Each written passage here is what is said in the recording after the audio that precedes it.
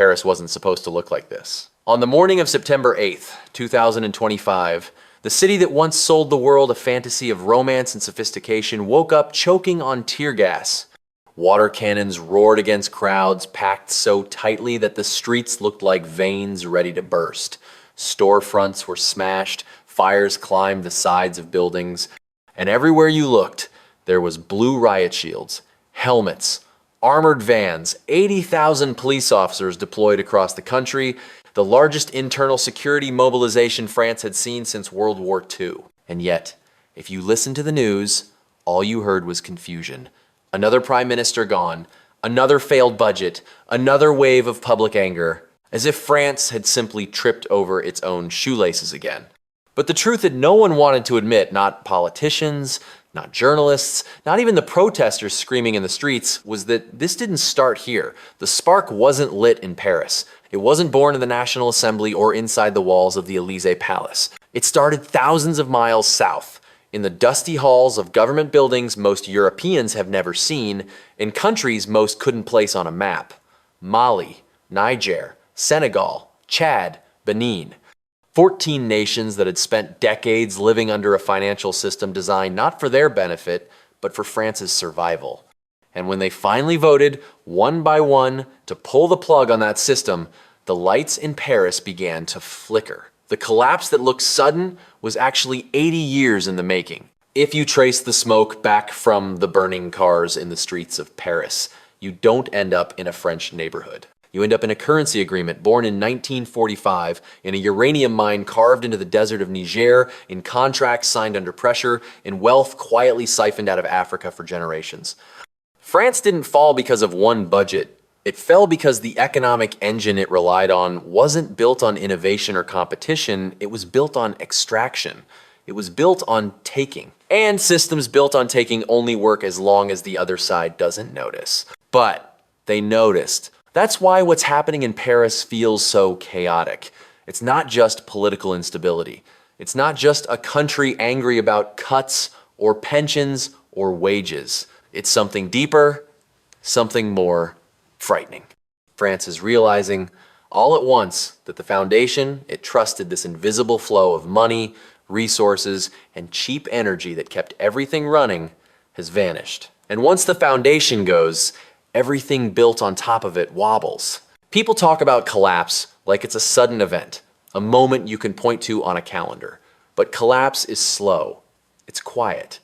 It's a long series of cracks that everyone ignores until the floor gives out beneath them. For France, that floor gave out in September 2025. But the cracks began forming decades earlier, in places Paris believed would never push back. Now they have. And the world is about to learn what happens to a nation when the story it tells about itself stops matching the reality it can no longer hide. When people talk about the end of World War II, they usually mention America's boom or Germany's rebuilding miracle. What they rarely mention is France, because France wasn't booming. It was broke. Its factories were destroyed, its empire was slipping through its fingers, and its government knew one painful truth. Without a new source of money, France would never return to the world stage. But instead of reinventing its economy through innovation or industry, France went looking for something easier, something hidden, something profitable. And that's when the CFA franc was born. In 1945, France created a currency system for its African colonies that looked like cooperation on the surface, but was anything but. 14 nations were forced to use a French-designed currency, printed in Paris, controlled in Paris, and managed entirely by French officials. The rules were simple. If you wanted to participate in global trade, if you wanted to buy imports, if you wanted your economy to function at all, half of your country's foreign reserves, 50%, had to be deposited into the French treasury. Imagine running a business where half of your earnings sit in your competitor's bank account and they decide when you can touch it. That was Africa under the CFA franc. For France, it was a gold mine. African reserves gave France artificially cheap borrowing. Investors trusted France more because they knew billions in African assets were sitting in French banks. The French currency looked stronger than it actually was. French companies could operate abroad with less risk, and year after year, money flowed quietly from African economies straight into the heart of Europe. For the people living in CFA nations, it meant decades of slow development, lost opportunity, and governments trapped in a financial cage. But for France, it meant stability. It meant a steady heartbeat beneath its economy, one the world never saw but depended on. And for 80 years, that hidden engine kept France standing until the day Africa finally decided to shut it off. If you really want to understand why France fell, you have to stop looking at Paris and start looking at a place most of the world never thinks about, the deserts of Niger. Because buried under that sand is the real engine that powered modern France, not philosophy, not fashion, not innovation, but uranium, the mineral that turned France into a nuclear giant. For decades, France paid Niger roughly $100 million a year for uranium, a number that sounds big until you compare it to what France earned from it. That same uranium powered 65% of the country's electricity. It fed a nuclear industry worth $74 billion annually. It lit up cities, kept factories running, and allowed France to sell energy across Europe like a continental battery. The entire illusion of French strength, cheap power, stable grids, a competitive industrial sector came from uranium priced like it was still 1,950. When people in Europe praised France for having low carbon energy or a strong manufacturing base, they rarely understood the truth behind it.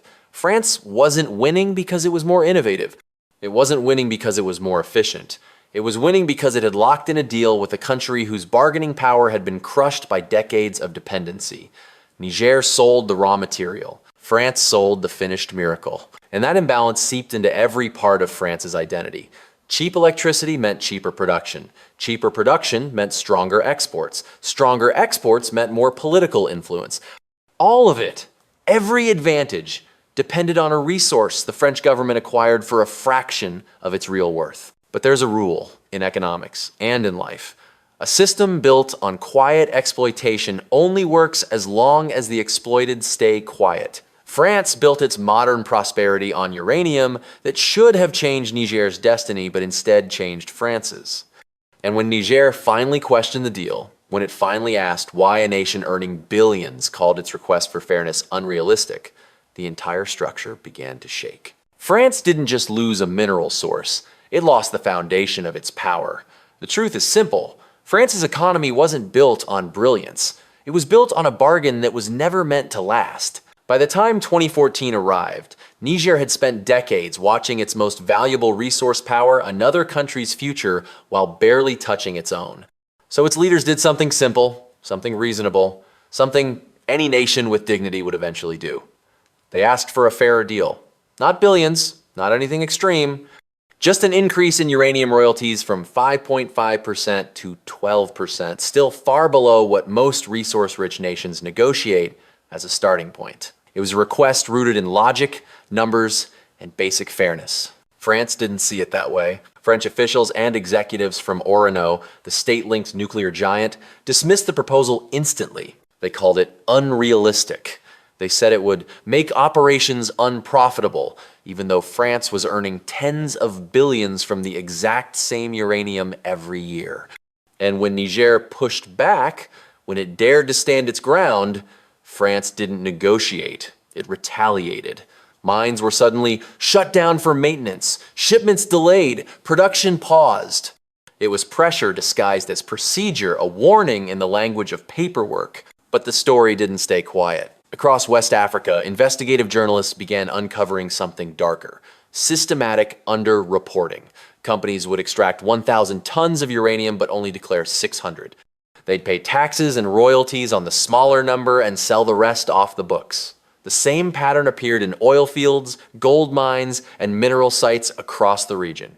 Billions in undeclared profits were flowing straight into French corporate accounts, untaxed and unrecorded, while African nations were told to be grateful for whatever scraps remained. As these reports surfaced, the truth became impossible to ignore. France hadn't just built an unfair deal, it had built an entire economic ecosystem on secrecy, leverage, and the assumption that Niger would never push back. But in 2015, for the first time in decades, Niger did. And the moment they stood up, even slightly, the cracks in France's economic armor started to show. This was the moment the world should have realized something huge was coming.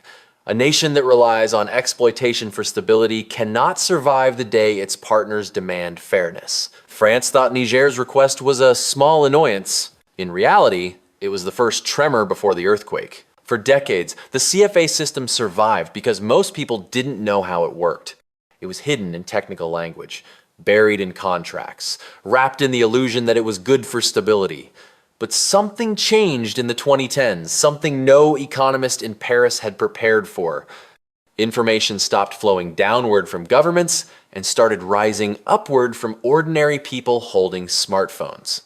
A new generation of Africans, raised online and unafraid to question the world they inherited, began to expose what their parents and grandparents were never allowed to see. Videos spread across Twitter and Facebook showing the truth behind the CFA franc. Young activists filmed themselves laying out the math, naming the banks, calling out the politicians who had stayed silent for too long.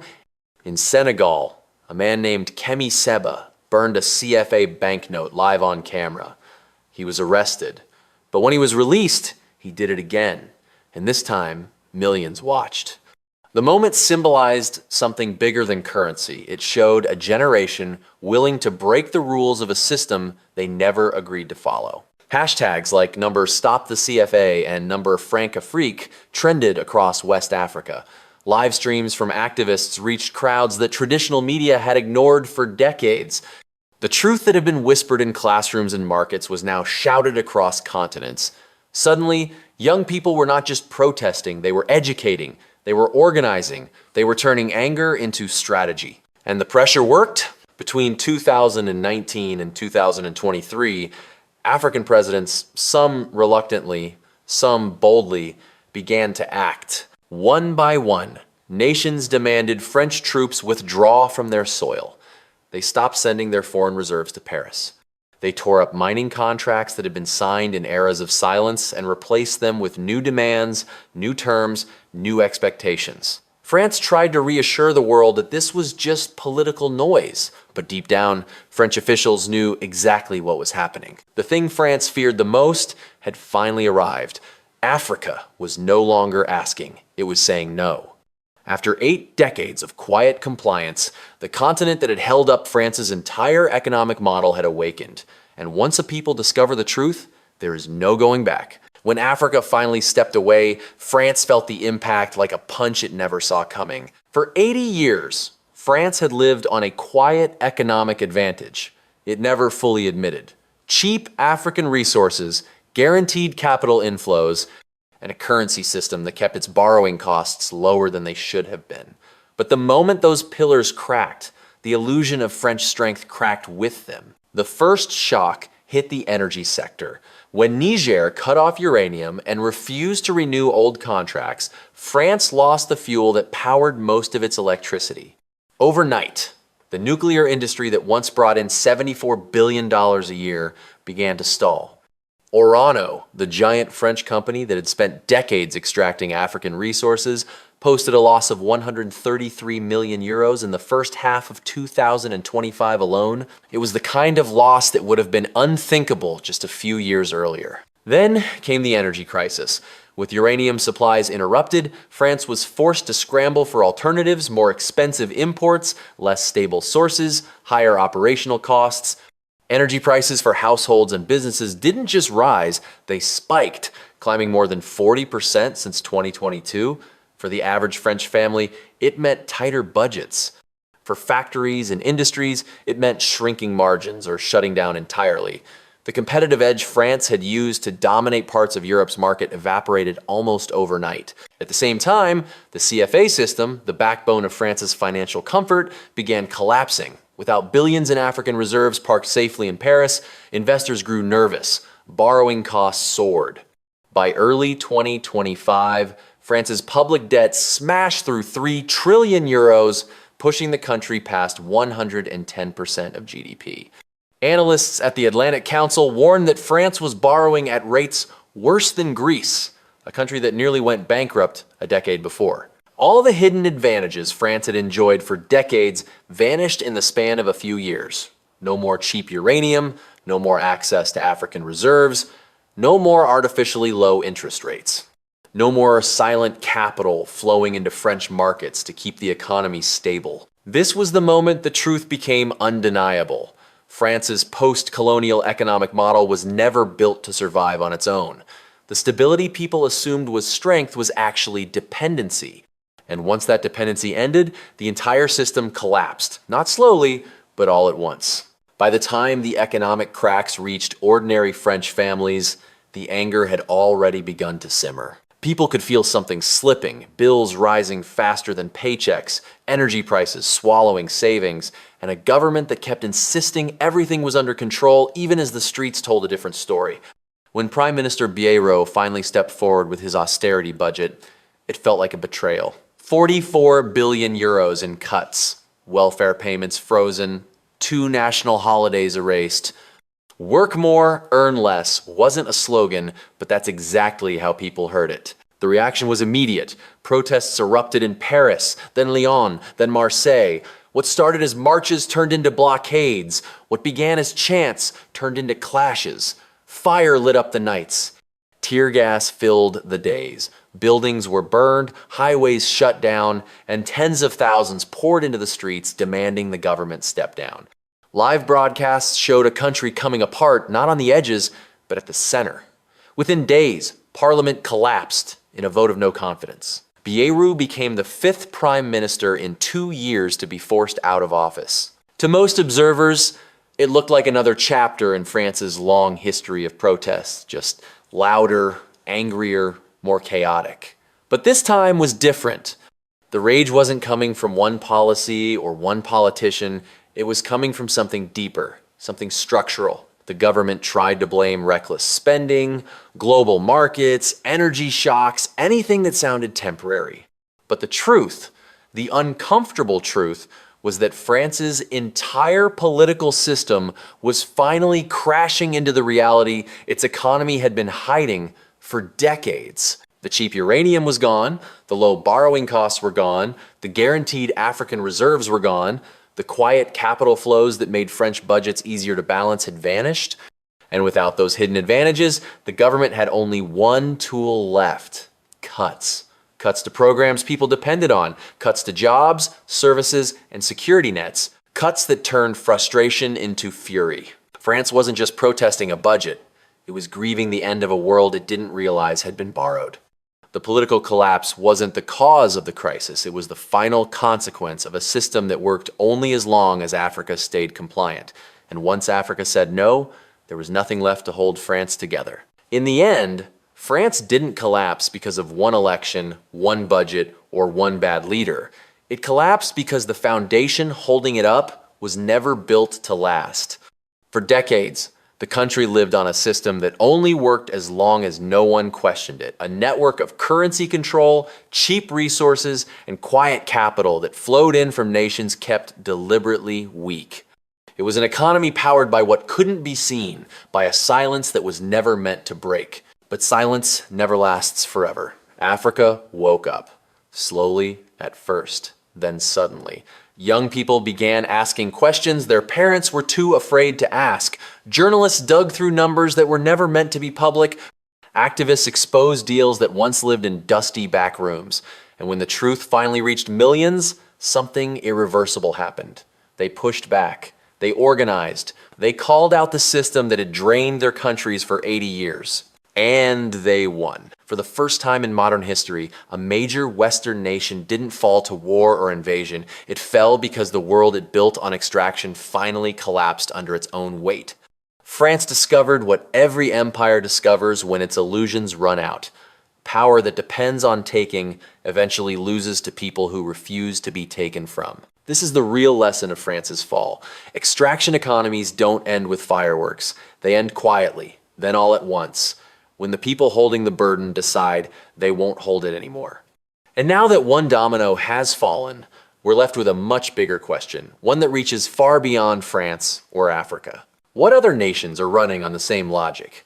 What industries depend on silence? What systems look stable only because the people they exploit haven't realized it yet? Because here's the uncomfortable truth. Every structure built on hidden dependency is one awakening away from collapse. France was the first to face that reality. It won't be the last.